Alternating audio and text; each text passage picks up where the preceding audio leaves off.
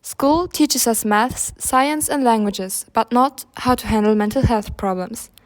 Welcome to the first episode of School Problems Uncovered. Today we are discussing mental health support in schools, as more than half of all students report high stress levels. And a warm welcome to student Lena, Principal Mr. Ronald, and therapist Dr. Smith. Hi! Morning. Thank you. Let's hear about the experience of 16-year-old student Lena, who has struggled with mental health problems herself. Hi.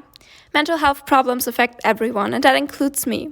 I was diagnosed with depression, so I know what it feels like firsthand. I was bullied a lot growing up, especially in school by my classmates and even some teachers. I had a lot of suicidal thoughts and no one helped me, even though they all knew I was struggling and being bullied. That's a big reason why I care so deeply about this topic and why I started a movement and organized sit-ins and protests as a form of demonstration.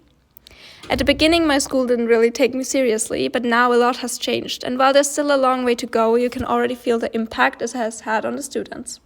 Okay, now let's hear about the opinion of Principal Mr. Ronald. How do you feel about the increasing number of people with mental health problems? In my opinion, young people are very emotional. Nowadays, everybody needs therapy. Back then, no one needed it. Okay, interesting. I'm sure some of your listeners might agree with you.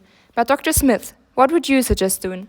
Well, I think mental health support in schools does matter a lot now, because based on statistics, about 40% of students in the USA had persistent feelings of sadness or hopelessness.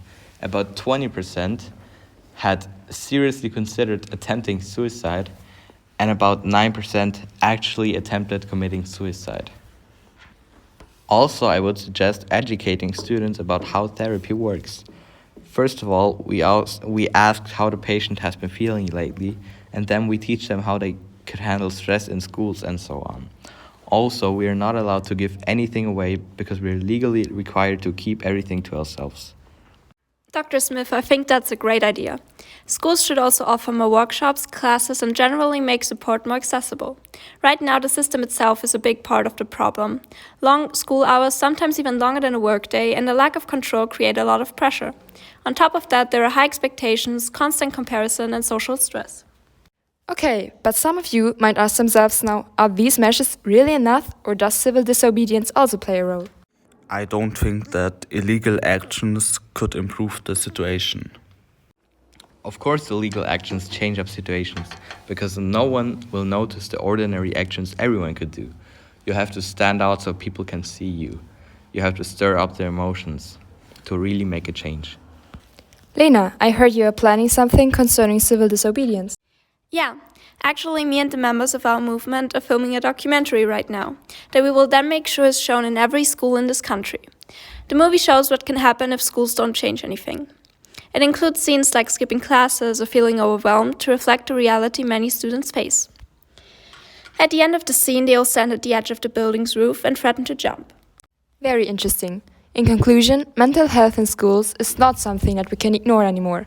It's the collective responsibility of both schools and the government to introduce sensible measures.